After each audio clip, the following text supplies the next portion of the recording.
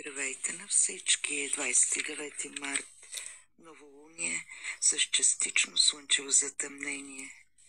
Чудесен момент да се помолиме.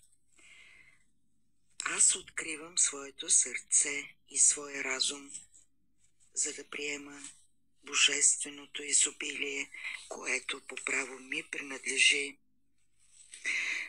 Парите и отношението към парите са енергия. Ангелите разблокират портала на изобилие, но аз трябва да мина през него. Ангелите обират блокировки, за които ние не знаем, създадени много животи назад. Небесният портал е в цикъл, времето е ограничено.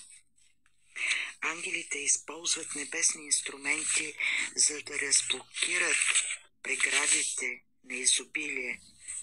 Ангелите оркестрират събития, за да излезем на пътя на просперитета. Символа на изобилие 8 е безкрайност в вертикално положение и се намира дълбоко в енергията, в портала на процветание, който се открива в живота ни. За да влезем в портала на изобилие, трябва да бъдем на честотата на ангелите. Трябва да простиме и на себе си, и на околните, за да освободиме енергията и тя да се движи свободно. Нека се помолиме на Отец, Небесния Отец.